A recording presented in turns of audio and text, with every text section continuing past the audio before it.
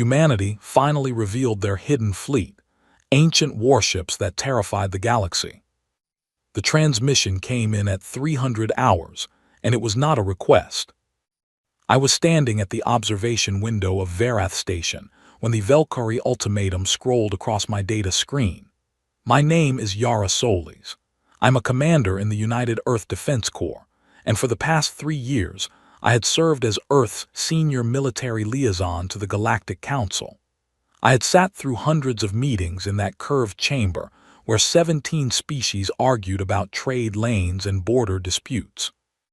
I had learned to read alien expressions, alien pauses, alien silences. I thought I had seen everything this galaxy could throw at a room full of diplomats. I had not seen anything yet. The ultimatum was brief. The Valkyrie Dominion, the most militarily aggressive power in the known galaxy, was demanding that Earth surrender 3 of its outer colony systems within 96 hours. These were not empty rocks. 40 million humans lived on those worlds. They had farms, schools, hospitals. Children who had never set foot on Earth but called those red soil planets home. The Valkyrie did not offer negotiation. They offered a choice between surrender and what their transmission called protective integration, which every diplomat in the council understood to mean conquest. The chamber erupted the moment the message finished playing. I watched the Lethani consul lean toward her aide and speak in rapid, quiet syllables. The brief delegates were already on their feet, their upper limbs moving in the agitated pattern I had learned meant alarm. The Valkyrie ambassador, a tall creature named Dreth, stood at the center of the floor with his 4 arms folded and his golden eyes half closed. He looked bored. He looked like a being who already knew how the next chapter would end. Earth's counselor, a composed woman named Diana Holt, did not raise her voice.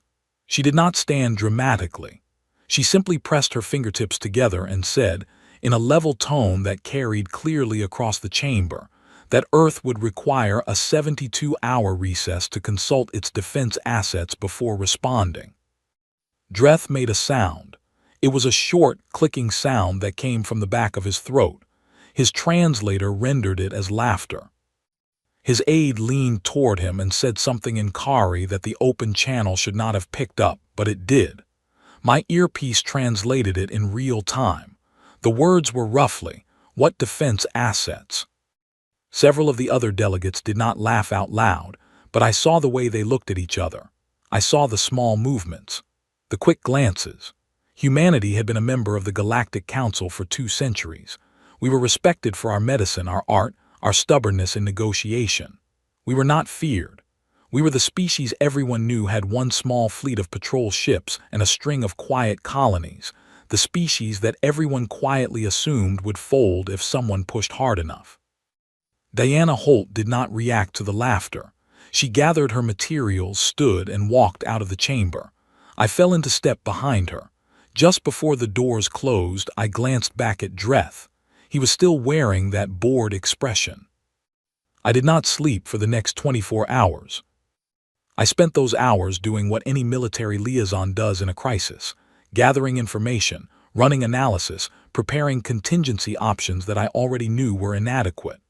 Earth's official defense fleet could hold a border for a few weeks at best. Against the Valkyrie Navy, which had crushed 2 other species in the last century, it would not last much longer than that. I filed 3 reports. I drank too much coffee. I stared at star maps and found no good answers. On the 48th hour, I received an encrypted message from Director Cal Han of Earth Strategic Command. It contained no text, just a set of coordinates, a clearance code I had never seen before, and a 3-word instruction: "Come alone now." The coordinates were not on any chart I had access to. I had to enter them manually into a private shuttle, disable the standard navigation logging, and fly for 6 hours into deep space. There was nothing at those coordinates on any official record. No station, no outpost, no debris field.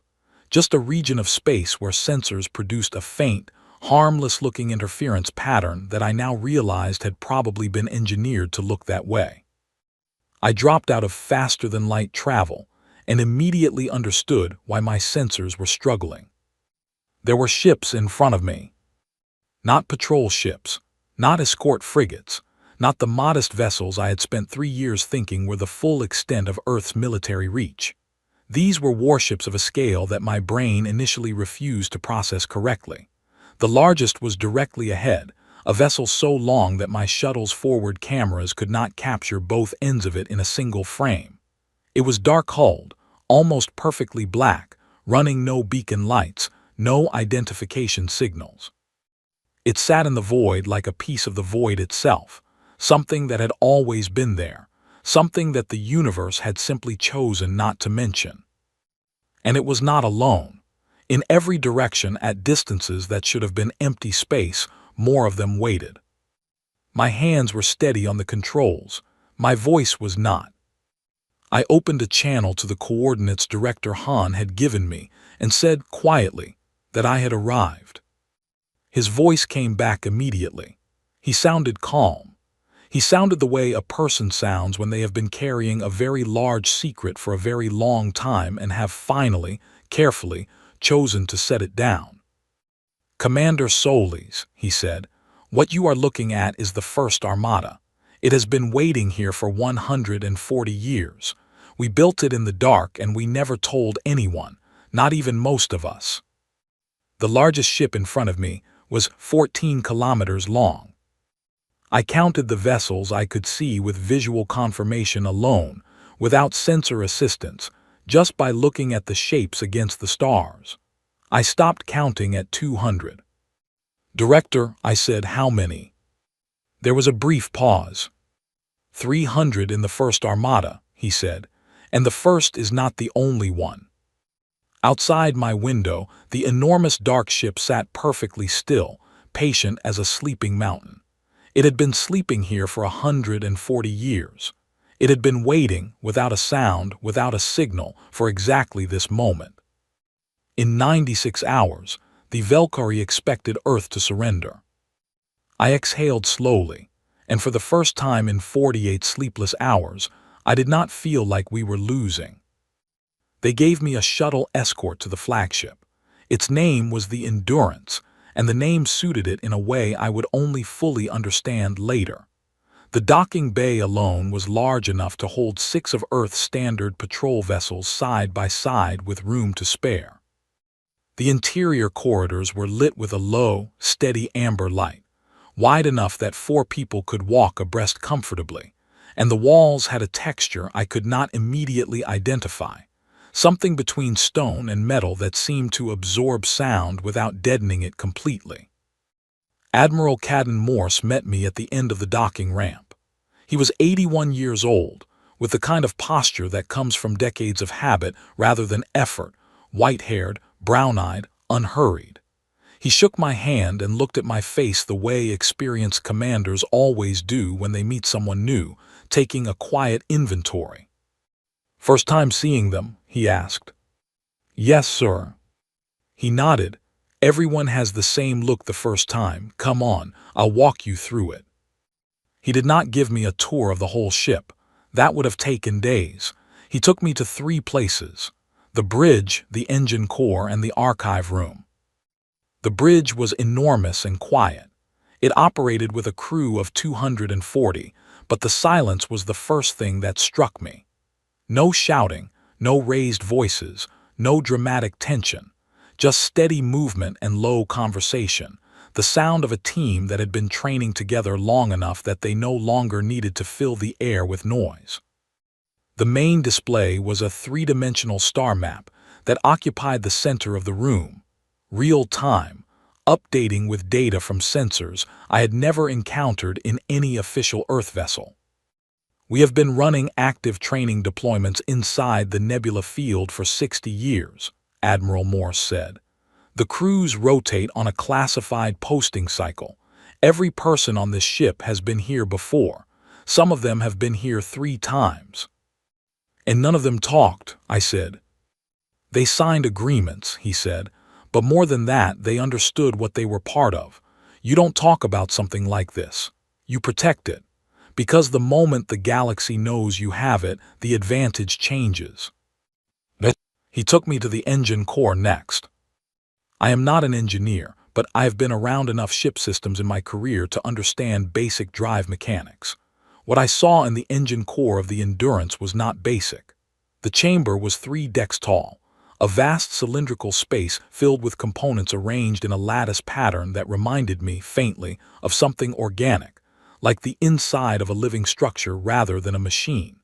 The energy signature was unlike anything I had ever seen in a human vessel. It was almost silent. Just a deep, low vibration that I felt in my chest before I heard it with my ears. "That drive," Admiral Morse said, watching my face, "is not a human design, not originally." He let that sit for a moment.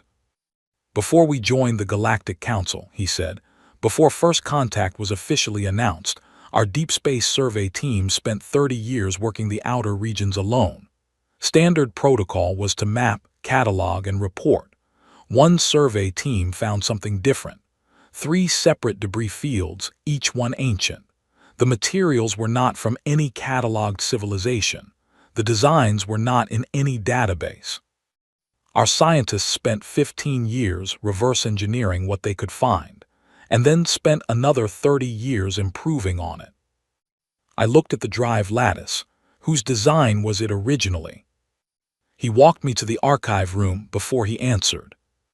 The archive room was small compared to the rest of the ship, a rectangular space with walls lined entirely in data storage panels, and a central table with a display system built into its surface. Admiral Morse placed his hand on the table, entered a code, and brought up a file. The display showed a species profile. The image was a reconstruction, assembled from fragmentary biological evidence found in the debris fields, not a photograph but an educated approximation. They were tall, long-limbed, with wide-set eyes and a bone structure that suggested they had evolved on a high-gravity world. They had 4 fingers on each hand. They had been gone for a very long time. "We call them the Anhari," Admiral Morse said. "That is the closest phonetic approximation we could construct from their written records. They predate the Galactic Council by roughly 80,000 years. At their peak, based on the scale of the debris and the complexity of their technology, they were significantly more advanced than any species currently in the Council." "What happened to them?" I asked. "We don't know the full picture yet," he said. "But we know they built weapons, these weapons, and we know they built them because something out there scared them badly enough to push their entire civilization onto a war footing." He closed the file. "The Velkari," he said, "have a religion. Their creator figures, the beings they believe shaped the galaxy in the ancient time, the ones they name in their oldest prayers, the ones whose symbols appear in the oldest stones on their homeworld." I already felt where this was going. "They are the Anhari," he said simply. I let that settle. The Velkari worship the Anhari as gods, and here in this ship, in this hidden fleet of 300 vessels, humanity had taken the Anhari's technology, studied it, improved it, and built it into the most powerful warships in the known galaxy. We had been flying their god ships, and we had made them better. "Why?" I finally asked. "Why build all of this? Why the secrecy? Why 140 years?" Admiral Morse turned off the display and faced me directly. "Because we studied history," he said. "Not just our own history, every civilization in the Council's records. We looked at every species that had ever made first contact with a more powerful neighbor, and we asked what happened to them. The answer was consistent enough to be considered a pattern. Eventually, the stronger party always found a reason to absorb the weaker one. Sometimes it took decades, sometimes centuries, but it happened, every time." He walked to the room's small viewport and looked out at the dark.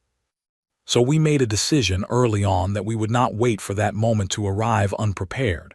We did not build this fleet to start anything. We built it so that if someone else tried to start something, we would be in a position to finish it. And we kept it secret because a deterrent that the other side knows about stops being a deterrent. It becomes a negotiating chip, a pressure point, something to be countered." He turned back to me. We needed it to be a fact that could not be countered, something that would simply exist, fully formed, at the exact moment it was needed. He looked at the clock on the wall. "That moment," he said, "is in about 40 hours. He moved toward the door, then stopped. "Get some rest, Commander. You are going to be my diplomatic observer for what happens next. I need you sharp, and I need you to understand what we are about, because when we walk into Valkyrie space, I want someone beside me who can talk to the galaxy afterward and explain that we came in peace, even if it did not look entirely peaceful." I lay down in the bunk they gave me and stared at the ceiling of the Endurance and thought about a dead civilization that had built godlike weapons against something that frightened them. I thought about the fact that despite those weapons, they were still gone. I did not sleep much, but I got up in the morning and I was ready.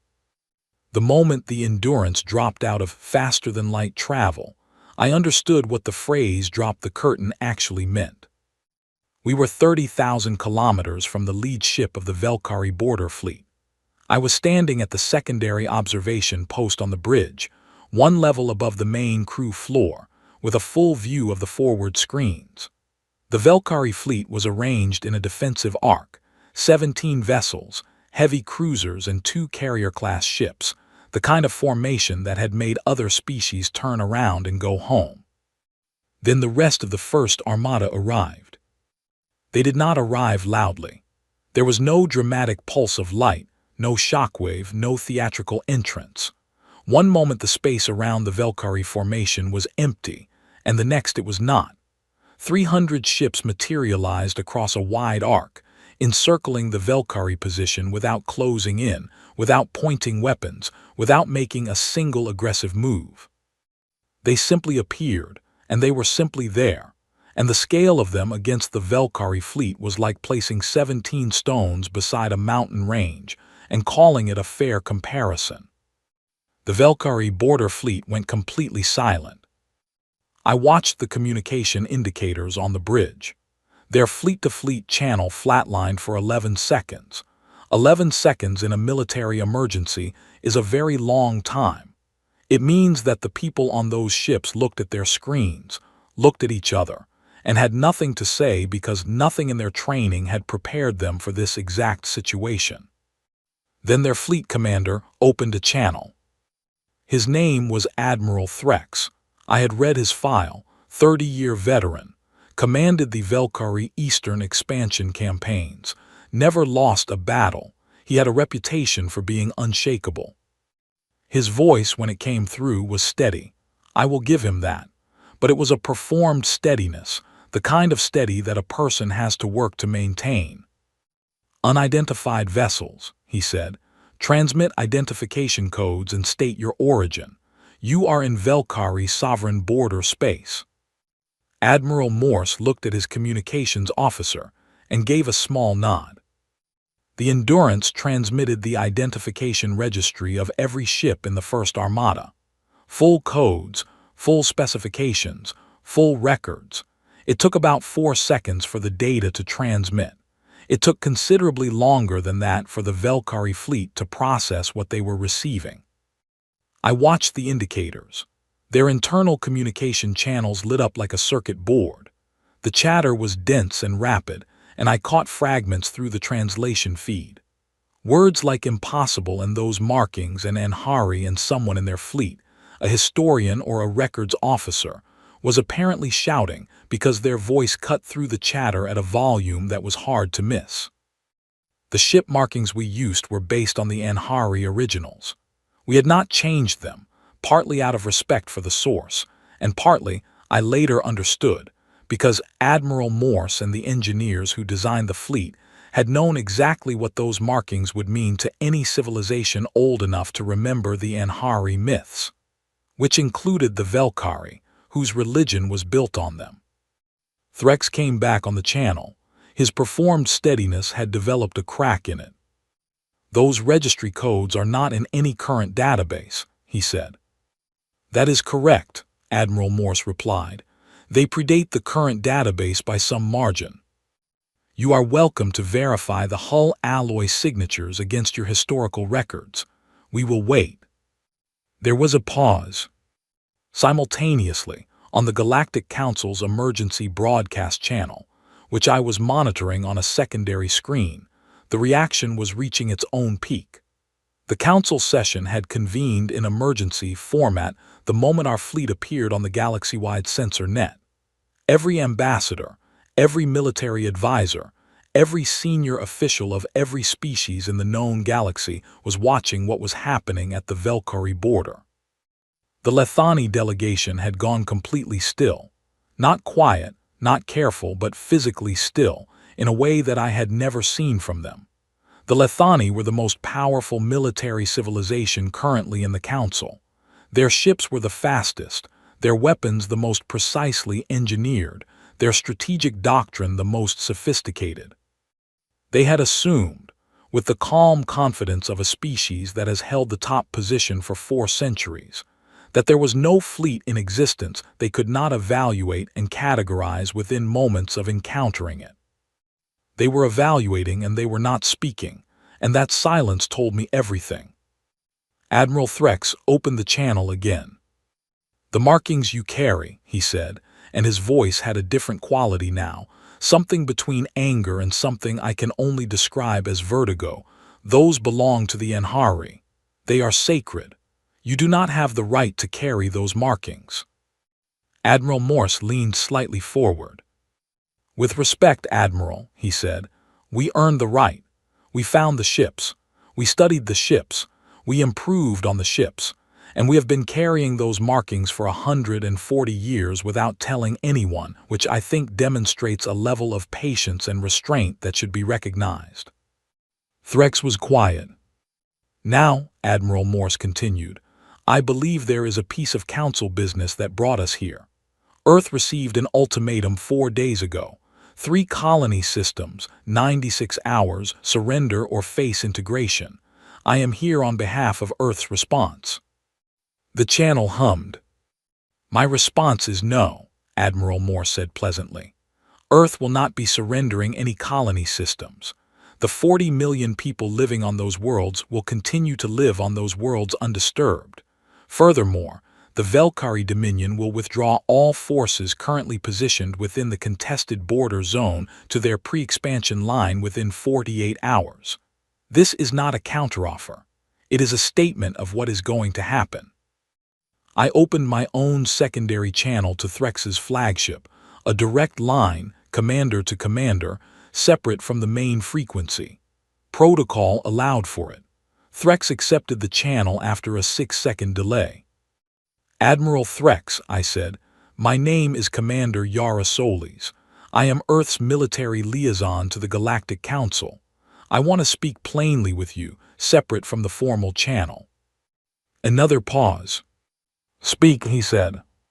"Our targeting systems have already completed a full scan of your fleet," I said. "I want to be very clear that we did not come here to destroy anything. We do not want that outcome. We have never wanted that outcome. We built these ships for exactly this kind of moment, the moment when someone looks at Earth and decides that because we have been quiet, we must be easy. We came here today to correct that misunderstanding, not to start anything." Silence. "But Admiral," I said, "I need you to understand that these ships have been waiting 140 years for a reason to move. And the reason to move was always going to be exactly this: someone threatening 40 million of our people. So I am asking you, as directly as I know how to ask, to take the exit that is being offered to you right now, because it is a genuine offer, and because the alternative is not something either of our peoples will look back on with any satisfaction." The silence on the channel stretched long enough that I thought he had closed it. Then he spoke. "Stand by," he said. 12 minutes later, the Velkari fleet began to move. Slowly, deliberately, repositioning toward their pre-expansion border. No final transmission. No formal acknowledgement. They simply moved, and the message in that movement was clear to every sensor and every eye watching across the galaxy. The Galactic Council erupted for the second time in 4 days. I stood on the bridge of the Endurance and watched the Velkari fleet withdraw on the forward screen and tried to process what I was feeling. Not triumph. Something quieter than that. Something closer to the feeling of watching a very old debt finally get paid. Admiral Morse came to stand beside me. He looked at the screen for a moment. "Good work on the secondary channel," he said. "I just talked to him," I said. "Sometimes that is all it takes," he said. "Sometimes people just need someone to speak to them honestly." My secondary screen lit up. A new message encrypted from the Lethani console, Irav. The message was brief. 7 words, and those 7 words moved through me like cold water. "We need to speak. Alone, come quickly." I stared at those words for a long moment. In 3 years of working with the Galactic Council, the Lethani had never once sent me a message that carried that kind of urgency. They were an 800-year-lived species. They did not do urgency. Whatever she had to say, it was not about the Velkari. Something in those 7 words told me the Velkari had never been the real story. Consul Irav's private vessel was a modest ship by Lethani standards, long and narrow with a silver-gray hull that seemed to absorb light rather than reflect it. It docked beside the Endurance at a point I had arranged through back channels, away from the ongoing council feeds, away from the reporters and analysts who were already building a storm of commentary around the events of the past 4 days. She met me in the vessel's central meeting room, standing at the window with her back to the door when I entered. She was tall, as all Lethani were, with the elongated proportions of her species and the deep amber coloring that indicated old age among her people. She had lived through 3 interstellar wars and the extinction of 2 civilizations she had personally known. She had been the Lethani consul for 40 years. She turned when I came in, and I saw her face clearly. Irav was afraid. Not the kind of fear that comes from a sudden shock. This was a deep, settled fear, the kind that had been building for a long time and had finally found the moment to step into the light. "Sit down, Commander," she said. I sat. She remained standing, which told me she needed to move while she talked.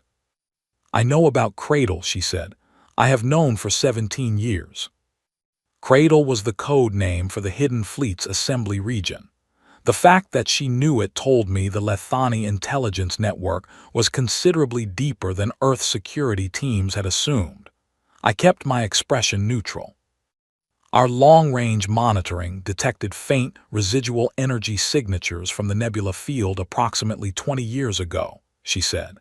"It took our analysts 3 years to conclude that the interference was deliberate, engineered. We spent another 4 years determining the scale of what was behind it." "And you said nothing," I said. "We said nothing," she confirmed. She moved to the other side of the window, "because we respected what you were doing. The Lethani have studied history longer than almost any species in the Council. We have watched civilizations rise and fall for 4 centuries from our position at the top of the Council structure. We have seen what happens to species that trust too completely, that build too openly, that assume that because they are members of a collective body they are protected by that body." She looked at me directly. "They are not." "We know," I said. "Yes," she said. "You clearly do, which is why we kept your secret. We decided that a species clever enough and patient enough and quietly determined enough to build what you built, in the dark, without a word for 140 years, was a species that deserved to keep its advantage until the moment it chose to reveal it." She paused. "And the moment was chosen well." She moved to the table, sat down across from me, and folded her hands on the surface. The gesture was deliberate, a signal that the easier part of the conversation was over. "I am not here to talk about the Velkari," she said. "The Velkari are a problem that has been resolved. I am here to talk about why the Enhari built those ships in the first place." My posture changed slightly. I felt it before I controlled it. "We have our own records," Irav said. "The Lethani have been keeping historical archives for 600 years. We have fragments, partial records, translated portions of material from dead civilizations. The Anhari appear in our records, though not by that name. They appear as a reference point, a civilization that our earliest archivists described as the ones who were preparing for something they would not name. Preparing for what? I said. She was quiet for a moment. We were never certain, she said. The fragments were incomplete, but there was a phrase that appeared in multiple independent source records from the Anhari period, a consistent phrase across at least 4 separate civilizations that existed near Anhari space in the centuries before they disappeared. The phrase translates differently depending on the source language, but the core meaning is consistent. She paused. It comes from the outer dark. The room was quiet. What does? I asked. We do not know exactly, she said.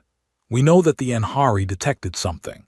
We know that detection changed their entire civilization almost overnight. Their archaeological record, to the extent we have access to it, shows a sudden and total shift from a largely peaceful expansion-focused society to a full military production economy over the span of a single generation. Every resource redirected. Every priority changed. An entire civilization going onto a war footing with an urgency that their neighbors at the time apparently found disturbing and baffling. She stood again. She could not keep still. And then they were gone, she said. Not gradually, not in a war that left wreckage on both sides. They simply stopped being present. Their worlds were empty. Their stations were silent. Their fleet, or most of it, was unaccounted for. The civilizations around them at the time recorded the disappearance over a period of less than 30 years, 1 generation. I thought about the debris fields our survey teams had found, the wreckage that had become the backbone of the First Armada. They fought something, I said. They tried to, Irav said. Whether they succeeded, we do not know. But they were gone, and whatever they were fighting was not gone with them. Because the phrase comes from the outer dark continued to appear in records for another 200 years after the Anhari disappeared, in the records of the civilizations that replaced them, until those records simply trailed off as well. She faced me directly. Commander, she said, I am telling you this because of what your people found in the Anhari debris. I know you found archival material along with the physical components. I know your researchers have been studying that material, and I am asking you plainly whether what you found in that material matches what I am telling you. I looked at her for a long moment. I need to make a call, I said. I reached Director Han from the privacy of the meeting room's communications alcove. I told him what Irav had shared. There was a pause on his end that went on longer than I expected. Then he said, "Come to Luna, come tonight." He transmitted a clearance code that I had never seen in any official directory. When I inputted it into my identification system, it returned a classification level that I did not know existed. I returned to the meeting room. Irav was standing at the window again. I have to go to Earth, I said. She turned. You already knew, she said. It was not a question. Some of us did, I said honestly. I did not, but some of us did. She nodded slowly. Commander, she said as I moved toward the door, one more thing. The phrase, the one I mentioned, it appears in our most recent Outer Dark monitoring data as well. I stopped. We picked it up 8 months ago, she said. A faint signal, very deep in the outer regions. We have been analyzing it since then. We have not been able to conclude with certainty that it is meaningful, but we have also not been able to conclude with certainty that it is not. I looked at her. How faint, I said. Faint enough, she said, that 2 months ago we almost dismissed it entirely. But faint things tend to grow louder if you wait long enough. I left her ship and went to find a faster vessel. The facility under the lunar surface was not on any public map. The elevator that descended to it ran for 3 minutes after the lunar surface station's basement level, which meant it was deep, much deeper than any mining or research installation I had heard of. When the doors opened, I stepped into a corridor that was lit like a clean laboratory and walked for 4 minutes before reaching the archive proper. Director Han was already there, along with 3 people I did not recognize, one of whom was in a research division uniform I had never seen before. Admiral Morse was there too, standing with his arms crossed and the expression of a man who had been expecting this conversation for a while. The archive room was larger than I expected. The storage systems went floor to ceiling on every wall, and the central display table was larger than the one on the Endurance. Director Han did not offer small talk. He walked directly to the table and brought up a file. "You want to know if we found the same thing Arav described," he said. "Yes," I said. He opened the file. The display showed a timeline, annotated in multiple languages, with the Anhari script running along the bottom as a reference source. The sections were dense and the annotations were detailed, but Han pointed to a specific cluster near the end of the timeline, the last recorded Anhari entries before their civilization's record went silent.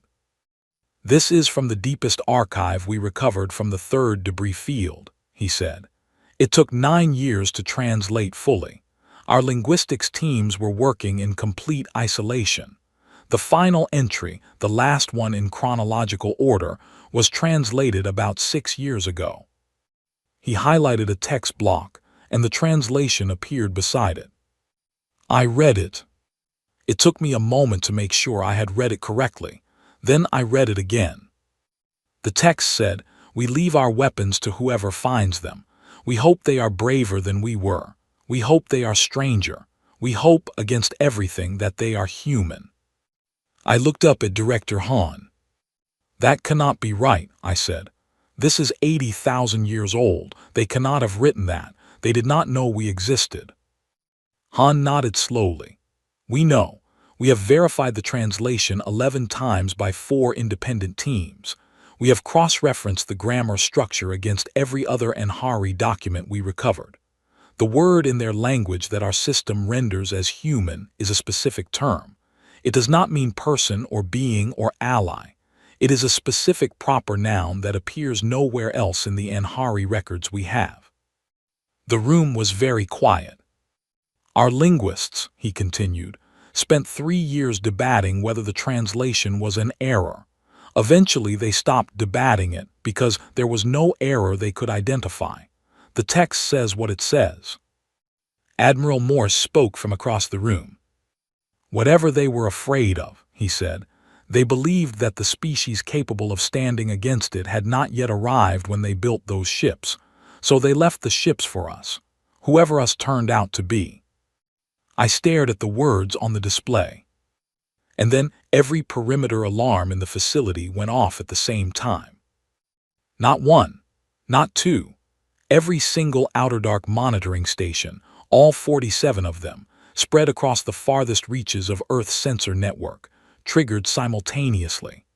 The alert sound was one I had never heard before, a continuous, low tone that the system documentation apparently reserved for a category of event that the engineers who designed it had hoped would never occur.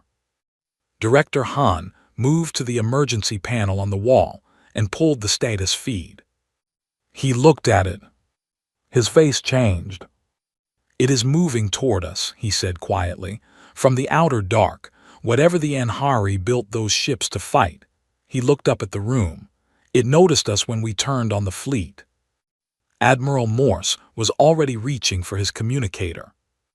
I was already running for the elevator. The moment I stepped back onto the bridge of the Endurance, I knew that everything from the previous 4 days was prologue. The Velkari ultimatum, the fleet reveal, the showdown at the border, Irav's warning, the words left behind by a dead civilization 80,000 years ago. All of it had been a long, winding road leading to this. The Outer Dark alarms were still running on every monitoring network in the galaxy. I knew because the Council emergency channel was a wall of noise, 47 separate alerts merging into a single continuous transmission that no one on the Council had the vocabulary to address because Nothing in the Council's records had ever triggered all the outer monitors at once.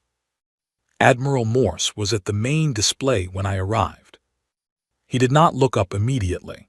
He was studying the tracking data with the focused stillness of a man doing rapid calculations that he does not want to interrupt. "Give me a number," I said. "One entity," he said.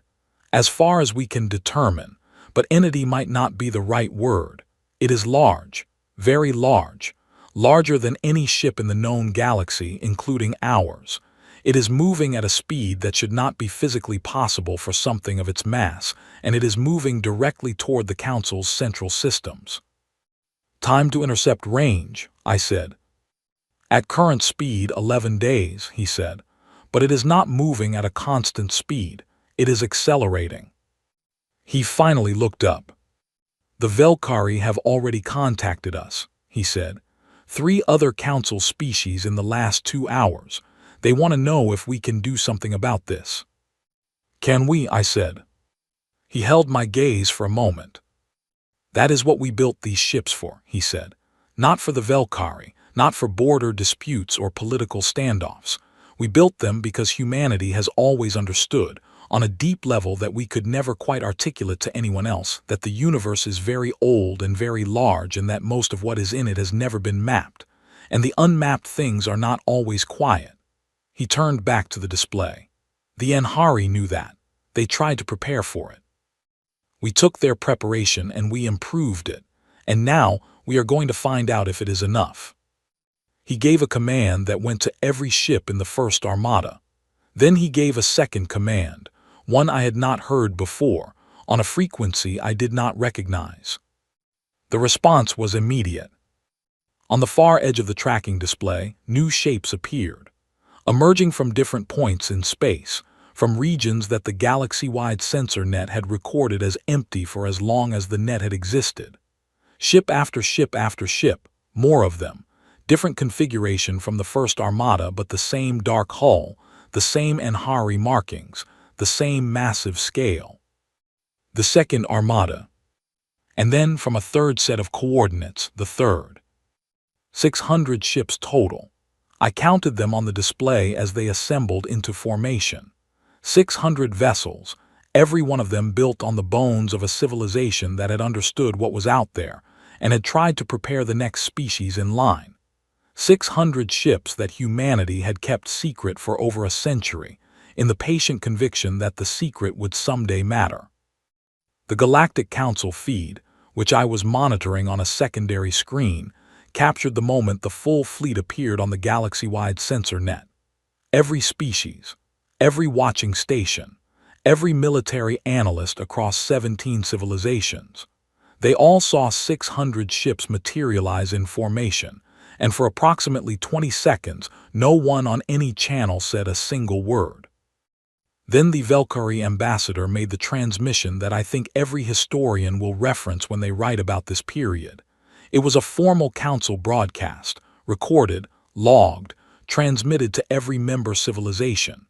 Admiral Threx himself delivered it, the same admiral whose fleet had backed down 4 days ago. His voice was steady, and it cost him something to make it so. He said that the Velkari Dominion formally and unconditionally requested that humanity take defensive action on behalf of all Council member civilizations. He said that the Velkari fleet and every asset the Dominion could commit stood ready to support in any capacity that Earth's commanders considered useful. He said it with the careful precision of a proud species making an enormous concession, and doing it anyway, because pride is a luxury that disappears very quickly when something vast and old and incomprehensible is accelerating toward your homeworld. Admiral Morse received the transmission. He looked at me. "You want to respond?" he said. "No," I said, "you do it." He nodded once. He opened the Council broadcast channel. "This is Admiral Cadden Morse, commanding the United Earth Defense Corps 1st, 2nd, and 3rd Armadas," he said. "We acknowledge the Council's request. We are moving now. All Council forces stand down from the intercept zone and hold defensive positions around inhabited systems. This is not because we do not value your support. It is because what is coming has not been fought in 80,000 years, and we need room to work." He closed the channel. The formation began to move. I will not pretend the next 11 days were simple. They were not. We pushed the fleet to its maximum safe speed and still had days of travel before we reached the outer intercept zone, where our tracking models said the entity would be within effective engagement range. During those 11 days, I slept in 4-hour intervals and spent the rest of my time running coordination with the Council member civilizations, who were evacuating outer settlements and repositioning their own forces well behind our line. Irav reached me on the second day of transit. She was aboard a Lethani command ship positioned well behind the engagement zone, coordinating the non-combat council response. "I wanted to tell you something," she said, "before you reach the intercept point." "Tell me," I said. "The phrase," she said, "the one I mentioned, in our records it comes from the outer dark." She paused. "Our oldest archive interpretation of that phrase, the context around it in the source text, suggests that the civilizations who wrote it were not describing a threat. They were describing a warning, something that a previous civilization, one even older than the Anhari, had attempted to communicate." She stopped. "Attempted to communicate to whom?" I said. "To whoever came next," she said. "It was a warning label, Commander, left in the fabric of local space so that whoever was advanced enough to detect it would know what they were dealing with before they were in the middle of it." "Did it describe what we are dealing with?" I said. "Partially," she said. "It described an entity that does not experience time the way biological life does. That does not have goals the way civilizations have goals. That moves through the galaxy at long intervals, at timescales measured in geological epochs, and that does not deliberately seek to cause harm in any meaningful sense. It simply moves. And biological life, the kind that builds cities and ships and archives, tends to be in the way." "How was the Anhari supposed to stop something like that?" I said. "They were not trying to stop it," Irav said.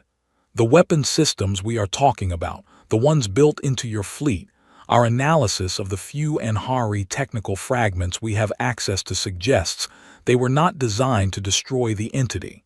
They were designed to redirect it, to persuade it in terms it could register to change course." I held that thought for a moment. "Like a very large road sign," I said. She was quiet for a second. "That is not an inaccurate metaphor," she said. "And if the Anhari were right, it responds to the right kind of signal the way any moving thing responds to an obstacle large enough and clear enough to notice." She paused again. "Which means your ships need to be loud enough and coordinated enough to register as something worth going around." "What if they are not?" I said. "Then we find out," she said simply. I closed the channel and went back to the forward display. On the day we reached the intercept zone, the entity became visible on direct sensors for the first time, rather than just as an alarm on a monitoring system. I stood at the bridge viewport and looked at it on the enhanced display, and the word entity still did not feel right for what I was seeing. It was not a ship. It was not a creature in any form I could map to biological life. It was a region of altered space, a zone where light behaved differently, where physical laws seemed to be under some kind of pressure. And at the center of that zone was something that the display rendered as a shape only because the display needed to render it as something. It was very large. Admiral Morse gave the order to form up. 600 ships arranged themselves in a configuration I had seen in the Anhari technical files, a pattern that the engineers who studied those files had spent decades interpreting. It was not a battle formation in any conventional sense. It was more like an instrument being tuned, each ship finding its position relative to the others in a precise geometric arrangement that, once complete, allowed the combined drive systems of all 600 vessels to function as a single coordinated unit. The entity continued to move toward us. "This is the moment," Admiral Morse said quietly. Not to me specifically. To the bridge, to the ship, to the formation. Everything we built this for, everything we kept quiet for, this is it. And we are ready. He gave the command. The 600 ships activated simultaneously. The combined output of 600 Enhari-derived drive cores, operating in coordinated resonance, produced a signal that my instruments could barely categorize. It was not a weapon discharge. It was not a conventional energy beam. It was something between a broadcast and a physical force, a statement in terms that operated below the level of language, below the level of biology, at the level of physics itself. It said in terms that required no translation, we are here, we are real, we are not moving. The entity slowed. It did not stop immediately. It took 4 hours, during which no one on the bridge spoke at anything above a murmur. 4 hours of watching the tracking display and holding formation, and not breaking the signal no matter what the instruments were reading. 4 hours of 600 crews on 600 ships holding their positions by will and training, and the absolute refusal to flinch. Then it changed direction. Not sharply, not dramatically. It was a gradual curve, the kind of course change that a very large, very old, very indifferent thing makes when it registers that the path ahead is occupied by something it has decided to go around. It moved in a long arc, away from the Council's inhabited systems, back toward the outer dark it had come from. It did not pause. It did not acknowledge us in any way we could detect. It simply curved away, as though we were a mountain it had decided not to cross, and continued on its way. We held formation for another 6 hours after the last of its sensor signature faded from our instruments. Nobody wanted to be wrong about this. Nobody wanted to assume. Then Admiral Morse stood straight, took a breath and said, "Stand down." The bridge remained quiet for a long moment after that. I think we were all processing the fact that it had worked. That a dead civilization's 80,000-year-old blueprint, improved and expanded and carried in secret for 140 years by a species everyone in the galaxy had underestimated, had actually done what it was built to do. We lost 9 ships during the engagement, not to any direct action by the entity, but to the strain of holding the resonance formation at full output for 4 hours. 9 crews, 412 people, who held their posts and held the signal and did not break even when their systems were redlining. Their names are recorded. They will stay recorded. The Council message was waiting when I came off the bridge. 17 civilizations, one message, formally signed by every member. It acknowledged what had happened. It acknowledged what humanity had done. And it contained a formal motion, already passed by unanimous vote while we were still in formation, that the seat at the Council table previously designated as junior member, Earth would be redesignated. The new designation was Guardian Compact. I walked into the Council chamber for the first time after all of it. The chamber where the Velkari ambassador had laughed at the concept of Earth's defense assets, where 17 species had looked at us for 2 centuries and seen something small and manageable and easy to overlook. Every delegate rose when I entered. I took my seat at the center table. The plaque in front of me had already been changed. I read it once, then looked out at the chamber. Irav caught my eye from across the room and gave me the Lethani gesture that corresponds most closely to a nod of respect. I returned it. I thought about the Enhari, about a civilization that had stared into the outer dark 80,000 years ago and seen what was coming and spent everything they had trying to prepare for it and ultimately had not been able to save themselves. But they had left something behind. They had left the tools and the hope and the inexplicable, impossible, specifically worded hope that the species who found those tools would be the right species for the job. I thought about 140 years of quiet, of ships being built in the dark of a hidden nebula, of crews rotating through classified postings without a word, of engineers and admirals and politicians carrying a secret so large that it must have been exhausting, year after year, saying nothing, building something, trusting that the moment would come when saying nothing would finally give way to doing everything. I thought about Admiral Morse's 4 words when he gave the order to move.